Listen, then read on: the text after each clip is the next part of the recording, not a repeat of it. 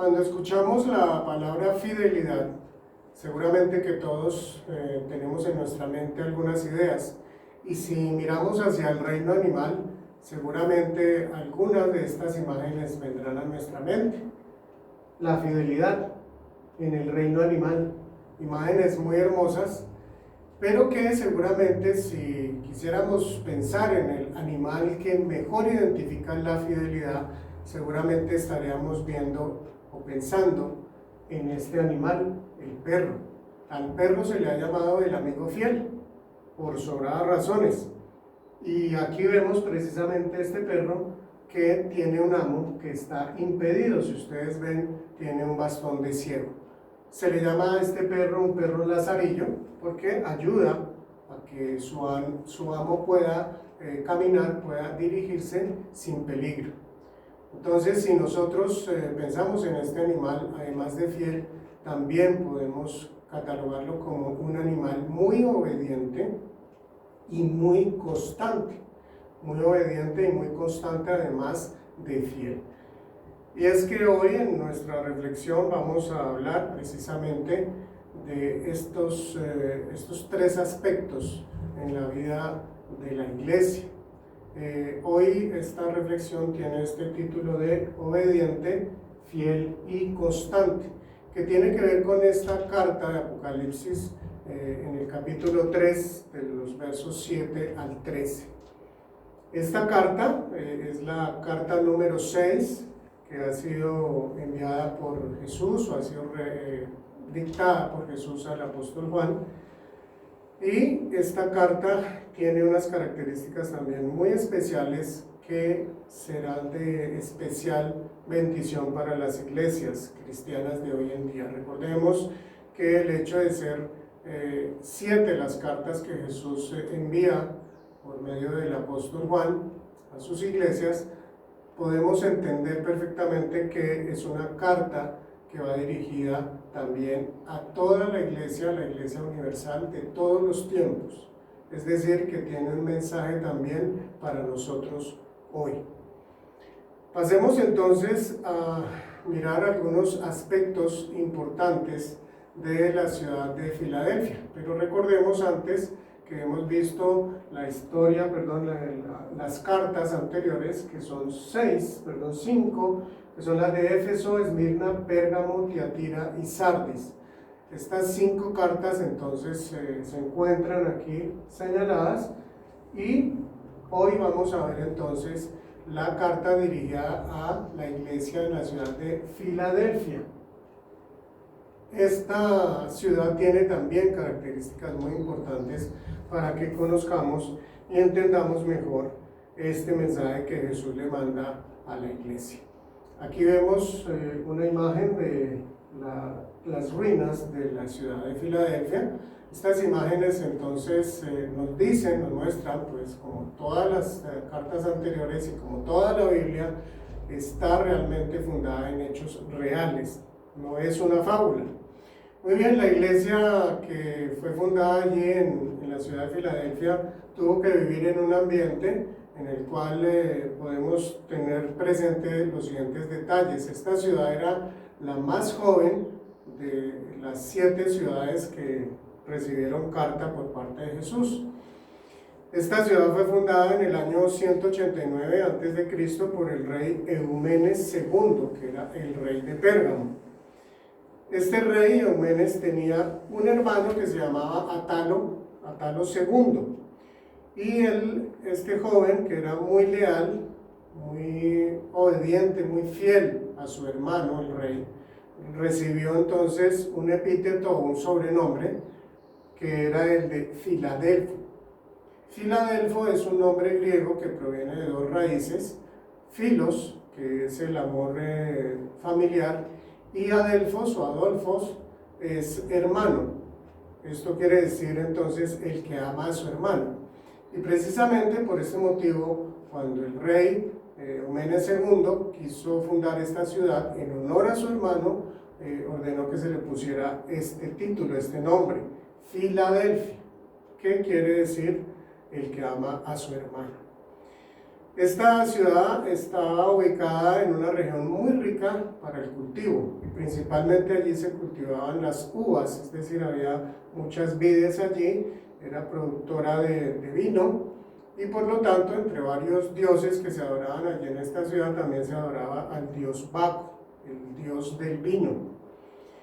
Y estaba ubicada en la intersección de varios caminos, lo que ayudó a desarrollar el comercio en esta ciudad y a darle estabilidad económica, por lo cual llegaban también personas de muchas partes del mundo, y debido a esto también se le llamó la Puerta del Este. Esta ciudad tuvo una tragedia fuerte hacia el año 17 después de Cristo, porque fue destruida por un terremoto.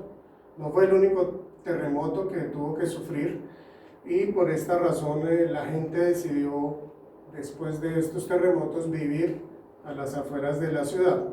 Pero un emperador romano ordenó reconstruirla, por lo cual se le cambió el nombre a Neo Cesarea.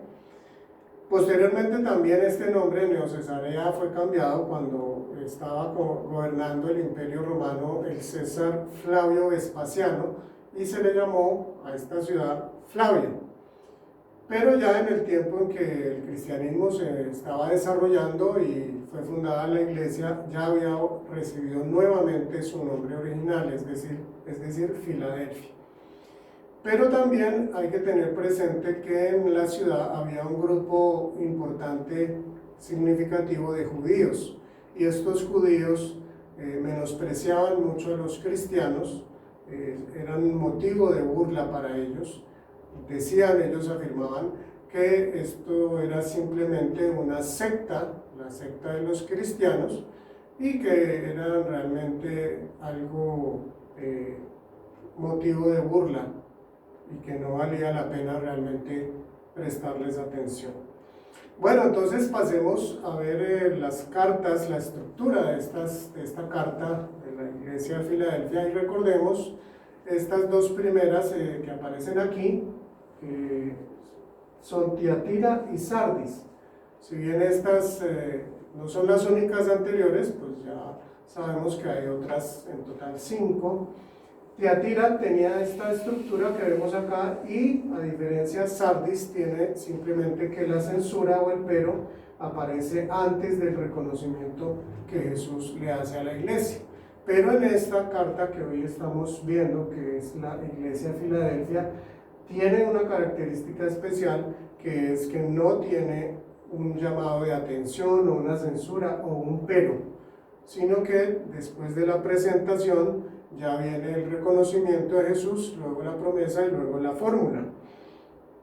Recordemos que hay otra carta anterior, que es la carta dirigida a la iglesia de Esmirna, que al igual que la iglesia presente de Filadelfia, Jesús tampoco le hizo reprensión, crítica o reproche. Pero en esta se diferencia también de la carta de Esmirna, esta carta en que Jesús le da más palabras de aprobación, de afirmación. Y aunque estas cartas pues van dirigidas, recordemos, a iglesias en particular, recordemos que tiene un mensaje pertinente para la iglesia de hoy. Entonces, escuchemos el mensaje que Jesús le envía a esta iglesia, que nos envía a nosotros, la iglesia actual y presente. Entonces, la primera parte, presentación o remitente, al igual que en las anteriores, y aquí llama la atención los términos que usa, los títulos que usa Jesús hacia él mismo. Dice así: escribe al ángel de la iglesia de Filadelfia, esto dice el santo, el verdadero, el que tiene la llave de David, el que abre y nadie puede cerrar, el que cierra y nadie puede abrir. Aquí entonces Jesús utiliza estos títulos, bien pudiéramos contarlos como 3. El primero es el santo, el segundo es el verdadero, y el tercero sería el que tiene la llave de David. A continuación, lo que sigue parece que tiene que ver directamente con este tercer título, que es la llave de David. Pero cuando nosotros nos fijamos, entonces estos títulos llaman la atención precisamente es porque no aparecen en el capítulo anterior, como en las cartas anteriores, las 5 cartas anteriores, estos títulos no aparecen en este capítulo 1, pero desde luego sí aparecen ya en la Biblia y tienen pues un valor muy especial. El primero es, esto dice el santo, ¿cierto? Dice allí empezando este verso 7, fijémonos que no dice, esto dice un santo, no dice el santo, un artículo determinativo. No es entonces un artículo indefinido que nos diga esto dice un santo, uno entre varios, no.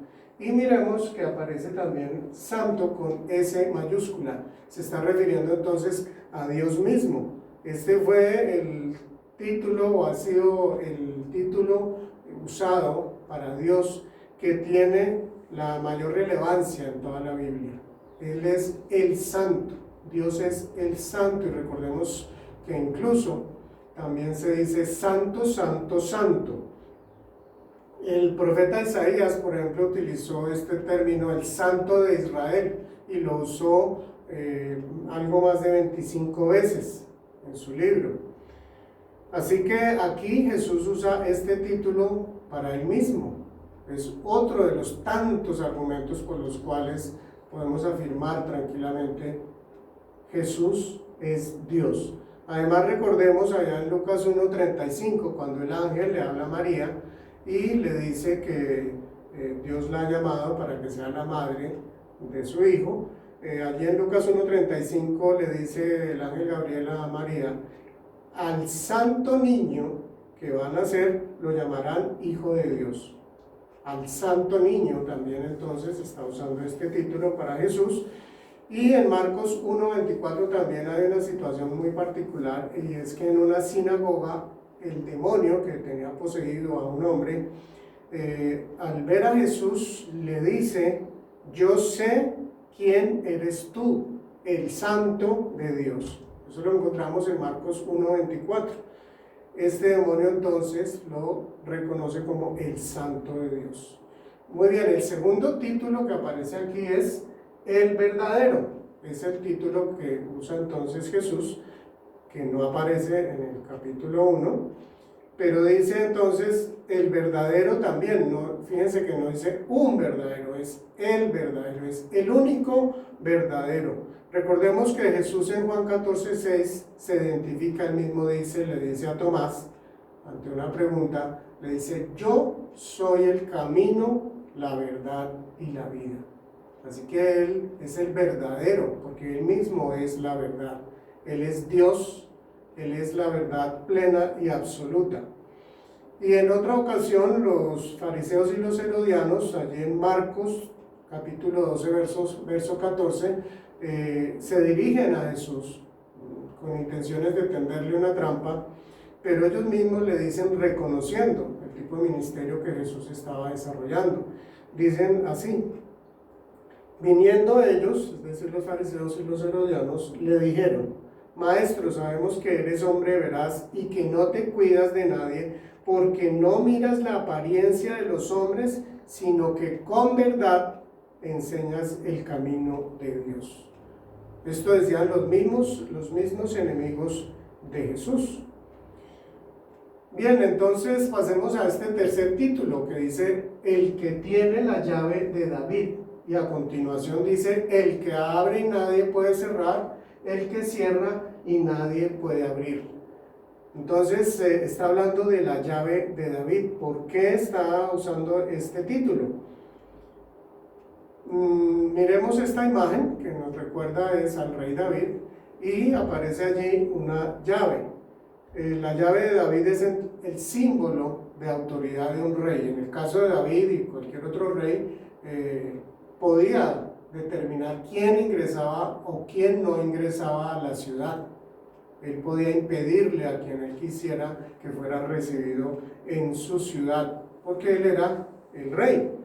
Pero en este caso, la llave de David usa además el nombre de este personaje del Antiguo Testamento, porque Dios mismo le dio a él una promesa refiriéndose al Mesías. Allí en 2 Samuel, capítulo 7, los versos 12 al 14 y pasando luego al 16, dice así: cuando tus días sean cumplidos, aquí Dios le está dando este mensaje a David por medio del profeta Natán. Entonces Dios le dice a David así: y cuando tus días sean cumplidos y duermas con tus padres, yo levantaré después de ti a uno de tu linaje, el cual procederá de tus entrañas, y afirmaré su reino. Él edificará casa a mi nombre, y yo afirmaré para siempre el trono de su reino. Yo le seré a él padre, y él me será mi hijo, y será afirmada tu casa y tu reino para siempre, delante de tu rostro, y tu trono será estable eternamente. Así que todos los judíos tenían muy claro que el Mesías prometido, el Salvador, el ungido, vendría por la línea davídica. Y aquí desde luego Jesús está usando este título mesiánico totalmente, dice el que tiene la llave de David. Y este es un símbolo de autoridad y de soberanía que tiene Jesús. Jesús es el Rey soberano. Él es el que tiene entonces el dominio sobre el reino de Dios, sobre el reino de los cielos, sobre el universo completo. Miremos entonces lo que dice ahí a continuación de la llave de David. Dice: el que abre y nadie puede cerrar, el que cierra y nadie puede abrir. Tiene que ver con esto que les acabo de explicar. Y él entonces, siendo el rey eterno, el rey soberano, el rey que tiene el dominio sobre toda la creación, pero en particular sobre el reino mesiánico, sobre el reino de los cielos, estamos hablando que Él es el que dice, nos informa y nos dice cómo es el paso hacia la vida eterna. Él es el Rey, Él es el que pone las condiciones. Él entonces es la puerta también hacia la vida eterna. Lo que Él hace y Él dice, nadie lo puede contradecir ni nadie puede deshacer lo que Él hace. Y lo que Él deshace, tampoco nadie lo puede rehacer. Y tiene que ver esta parte final de este verso 7 con lo que sigue a continuación en el verso 8. Pasamos entonces ya a la segunda parte, que es el reconocimiento, la parte más extensa de esta carta, el reconocimiento de Jesús a la iglesia de Filadelfia. Y dice así: conozco tus obras, mira que delante de ti he dejado abierta una puerta que nadie puede cerrar. Yo sé que tus fuerzas son pocas, pero has obedecido mi palabra y no has renegado de mi nombre. Nuevamente afirma, como lo ha hecho en las cartas anteriores, conozco tus obras. Recordemos, fíjense cómo es de importante para Jesús, para Dios, el hecho de que en nuestra vida como creyentes estén las obras presentes. No para salvación, sino como evidencia de nuestra entrega total y sincera de nuestra salvación que hemos recibido del Señor Jesús. Entonces dice: mira que delante de ti he dejado abierta una puerta. Tiene relación directa con el verso anterior. Mira que delante de ti he dejado abierta una puerta. Según estas palabras, abierta una puerta, nosotros podemos tener presente o interpretar más bien que se refiere a una oportunidad que le está dando a la iglesia de Filadelfia, una oportunidad para evangelizar. En textos como en 1 Corintios 16, 8 y 9, 2 Corintios 2 y 12, que les invito a que lo lean después, les leeré Colosenses 4, 2 y 3, que es como el apóstol Pablo hace uso de estas mismas palabras. Dice así: intercedan por nosotros a fin de que Dios nos abra las puertas para proclamar la palabra el misterio de Cristo por el cual estoy preso. Así que aquí el apóstol Pablo le dice a los de la iglesia de Colosas que oren, que intercedan por ellos con un propósito, que Dios les abra puertas para proclamar la palabra. Entonces aquí Jesús está diciéndoles, delante de ti he dejado abierta una puerta, es decir, Dios le ha abierto a esta iglesia la oportunidad de evangelizar, de llevar su mensaje a otras personas. Y esto entonces también podemos ver, como lo decía en el verso anterior, si Jesús lo ha abierto, esa puerta la ha abierto, nadie la podrá cerrar. Él es entonces el que abre las puertas para poder evangelizar como iglesia. Y dice entonces a continuación, yo sé que tus fuerzas son pocas, Al parecer la iglesia de Filadelfia era una iglesia pequeña, era una iglesia donde sus miembros no eran muchos y tampoco de influencia, no eran personas que fueran ricas, que pudieran influir en la sociedad en la que se encontraban por medio de estas riquezas. Es decir, era una iglesia pequeña y sin influencia. Por eso Jesús le dice entonces, sé que tus fuerzas son pocas. Y viene enseguida, pero has obedecido mi palabra, Y además dice, y no has renegado de mi nombre. Entonces aquí encontramos el término, la característica de ser una iglesia obediente. Dice, has obedecido mi palabra. La obediencia es también parte de la vida del creyente. Si bien hacemos énfasis en el amor a Jesús, en conocerlo para amarlo, desde luego que también la misma palabra de Dios hace énfasis en la obediencia, y aquí lo está haciendo. La obediencia es como la segunda cara de una misma moneda, la obediencia por un lado y el amor por el otro lado. Es algo que está realzando aquí, reconociendo Jesús a esta iglesia. Y además le dice, y no has renegado de mi nombre. Aquí encontramos la fidelidad de esta iglesia. En este verso entonces estamos encontrando la obediencia y la fidelidad en esta pequeña iglesia, en esta iglesia que no tenía mucho poder. Podemos entonces encontrar estos dos aspectos del título, por eso he llamado esta reflexión obediente, fiel y constante. Vamos a encontrar más adelante que Jesús también habla de la constancia de esta iglesia. Bien, pasemos al siguiente verso, al verso 9. Dice, voy a hacer que los de la sinagoga de Satanás, que dicen ser judíos, pero que en realidad mienten, vayan y se postren a tus pies y reconozcan que yo te he amado. Algo parecido ya se había referido Jesús en una carta anterior, y precisamente tiene que ver con esta situación, que en esta ciudad había un grupo significativo de judíos que estaban burlándose y menospreciando y rechazando a esta iglesia por ser una iglesia que seguía a Jesús. Y aquí está Jesús diciendo realmente que estos no son realmente judíos, ¿cierto? Porque aquí dice que dicen ser judíos, pero que en realidad mienten.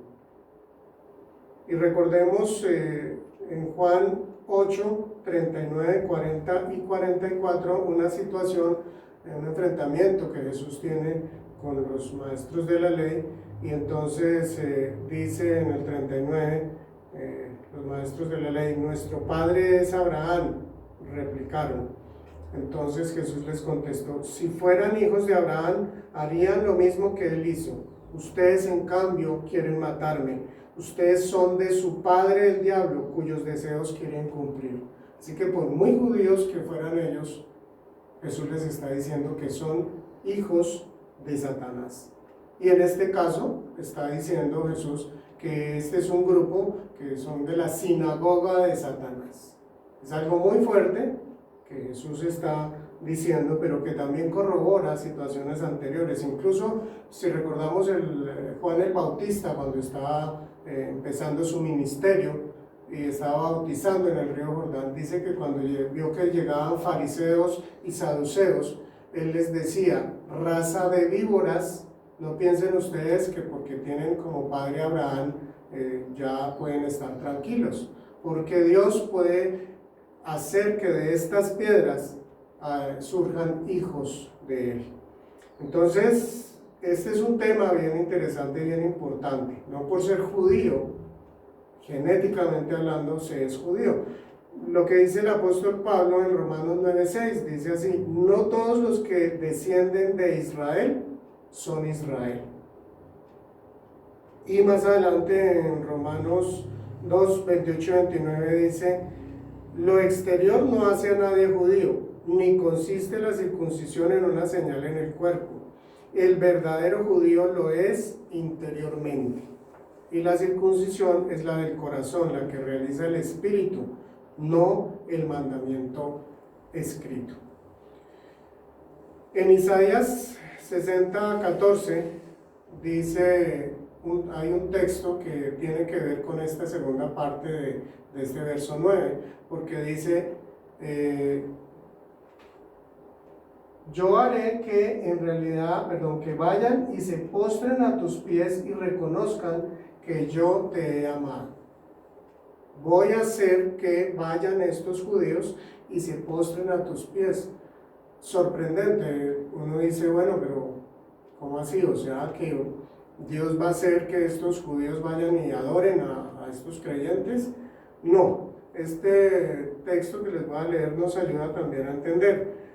Dice Dios al pueblo de Israel, dice: ante ti vendrán a inclinarse los hijos de tus opresores, todos los que te desprecian se postrarán a tus pies y te llamarán ciudad del Señor, Sión del Santo de Israel.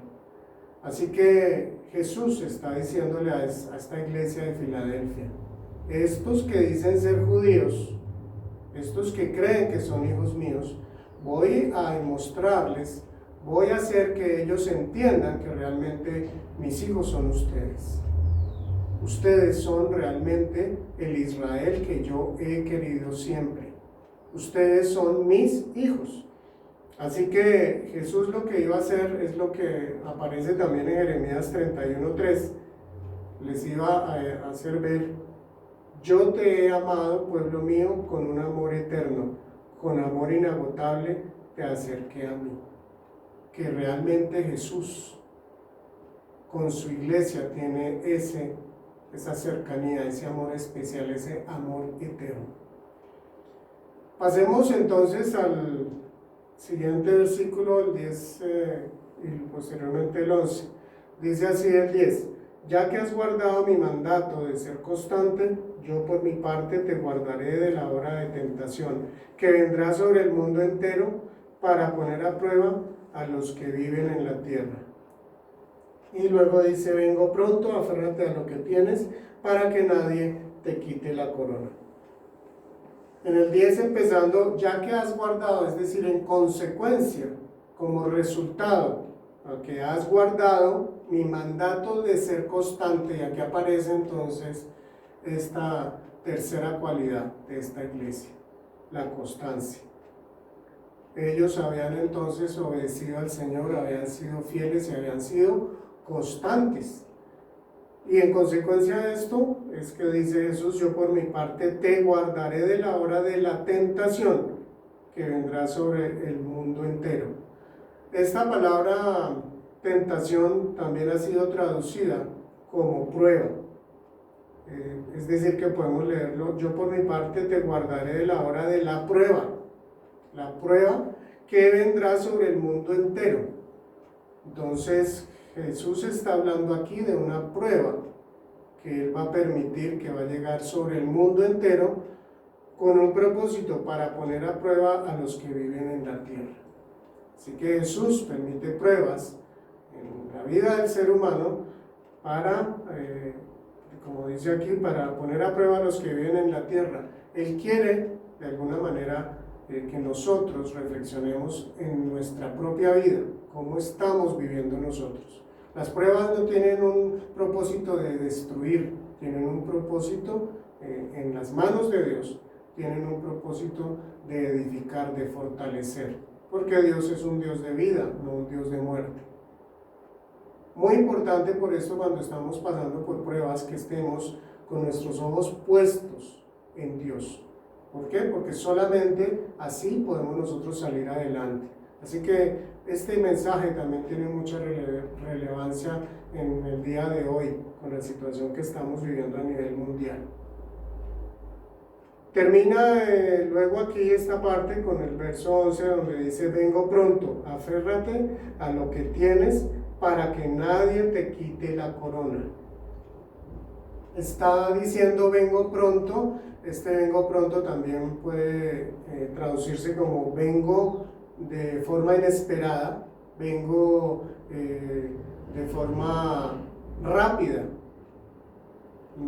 Así que Jesús en cualquier momento puede llegar. Y además está diciendo aférrate a lo que tienes. Esto ya se lo ha dicho también a otras iglesias en las cartas anteriores. Es decir, cuidemos la doctrina sana, lo que ya tenemos, cuidemos esa relación con el Señor. Busquemos mantener ese amor, ese fuego vivo en nuestro corazón por Dios. Y tiene un propósito, dice, para que nadie te quite la corona. La corona es un símbolo de premio, tiene que ver pues con la corona de los juegos que se vivían en Grecia, que se llevaban a cabo en las ciudades griegas, con el propósito de reconocer al que se había esforzado, al ganador. Así que esta afirmación que hace Jesús, que ya que has guardado mi mandato de ser constante, entonces tiene un valor muy especial para Jesús. Y en este momento de la prueba, de la tentación, como aquí dice, Dios va a proteger a esta iglesia, va a evitar que esto le toque, le destruya, le haga daño. Y podemos también mirar cuando dice de esta prueba que llegará sobre el mundo entero, también se puede estar refiriendo al juicio final. Es decir, al proceso que vendrá antes de ese juicio final, este tiempo de sufrimiento para la humanidad. Pasamos entonces ya a la parte final, la promesa y la fórmula. Este verso 12 que dice, al que salga vencedor, nuevamente aparece estas frases, como en las cartas anteriores, al que salga vencedor, entonces viene la promesa, lo haré columna del templo de mi Dios, y ya no saldrá jamás de allí. Sobre él grabaré el nombre de mi Dios, y el nombre de la nueva Jerusalén, ciudad de mi Dios, la que baja del cielo de parte de mi Dios. Y también grabaré sobre él mi nombre. En esta parte que viene la promesa, podemos ver la primera parte que dice, al que salga vencedor lo haré columna del templo de mi Dios y ya no saldrá jamás de allí. Esto nos está hablando de esa vida eterna para los que son fieles al Señor. Esa vida eterna va a ser una vida con una relación muy cercana, muy estable, muy firme con Dios mismo. Es una relación eterna donde vamos a estar con la mismísima fuente de la vida, con la fuente del amor, con la fuente de todo lo hermoso y lo bello. Así que el creyente que ha sido fiel, que ha sido obediente, que ha sido constante, podrá gozar de esa vida con el Señor por la eternidad, el shalom y la vida verdaderos. Dice entonces después, sobre él grabaré el nombre de mi Dios y el nombre de la nueva Jerusalén. Ahí vamos a hacer un paréntesis, no volvemos a lo que continúa allí en esta parte más adelante. Y dice así, también grabaré sobre él mi nombre nuevo. Así que Jesús está diciéndole a sus hijos, a su iglesia de Filadelfia, que sobre cada uno de ellos grabará el nombre de Dios, el nombre de la Nueva Jerusalén y también el nombre, su nuevo nombre, el nuevo nombre de Jesús, un nombre que no conocemos.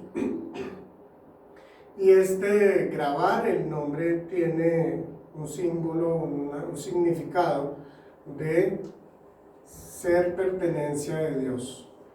Colocar esos nombres, grabar esos nombres, tiene la simbología de que somos pertenencia de Dios, somos sus hijos, somos de Él, somos suyos. En Apocalipsis 14:1 habla de esto, y más adelante en el 22, versos 3 y 4, dice así: sus siervos lo adorarán, lo verán cara a cara y llevarán su nombre en la frente. Así que el mismo libro de Apocalipsis más adelante nos aclara un poquitito lo que nos está diciendo acá. Y ahora sí vamos a esto que les dije que lo dejáramos entre paréntesis. Dice: y el nombre de la nueva Jerusalén, ciudad de mi Dios, la que baja del cielo de parte de mi Dios. Aquí hace un adelanto de lo que más adelante en los capítulos 21 y 22, ya terminando el libro de Apocalipsis, se va a referir. O sea, estos dos capítulos, o este capítulo especialmente el 21 y comienzo del 22, hacen referencia precisamente a la Nueva Jerusalén, a la ciudad, a la Jerusalén celestial. De esto entonces ya tendremos más tiempo para hablar. Y termina esta carta con el verso 13, donde dice la fórmula: el que tenga oídos que oiga lo que el Espíritu dice a las iglesias. Así que esta fórmula, que está dirigida a todas, a las 7 iglesias, pero a todas las iglesias de todos los tiempos, tiene ese mensaje pertinente para cada uno de nosotros. Pensemos en las iglesias, en la iglesia actual donde estamos formando parte. Y recordemos también a la vez esa promesa que Jesús hace comenzando este libro de Apocalipsis. Dice: dichoso el que lee, dichosos los que escuchan las palabras de este mensaje profético y hacen caso de lo que aquí está escrito, porque el tiempo de su cumplimiento está cerca. Qué bendición entonces estar meditando en este mensaje, en estas cartas que Jesús quiso enviarle a las iglesias. Y es que Jesús ha querido entonces hablarnos aquí de esta puerta abierta, de una puerta que Él quiso abrir para darle el privilegio a las iglesias de llevar su mensaje al mundo entero. Su mensaje de salvación, el Evangelio. Miremos entonces las 4 conclusiones que hoy quiero compartir con ustedes, teniendo presente que no son las únicas conclusiones que podemos encontrar.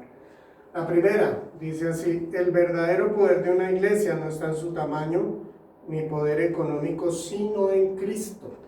Es la presencia de Cristo la que realmente es valiosa, la que hace fuerte a una iglesia. Entonces tengamos esto presente y no nos dejemos deslumbrar por iglesias muy grandes, muy visibles, muy vistosas. Entonces tengamos esto presente. La segunda conclusión: el Señor abre oportunidades nuevas a su iglesia en la medida que ésta sea obediente, fiel y constante. El Señor abre nuevas oportunidades a sus iglesias, pero las que son obedientes, fieles y constantes. ¿Por qué? Porque son las iglesias que realmente van a llevar, como Él quiere, ese mensaje del Evangelio, con un testimonio claro, con un mensaje claro, con una constancia clara. Tercer conclusión dice: necesitamos conocer al Señor para conocer su palabra, creerle y obedecerle en amor. Fijémonos que aquí está haciéndose un énfasis en que no es simplemente una obediencia porque toca, porque qué miedo, porque qué angustia, porque vamos a ser castigados si no obedecemos. No.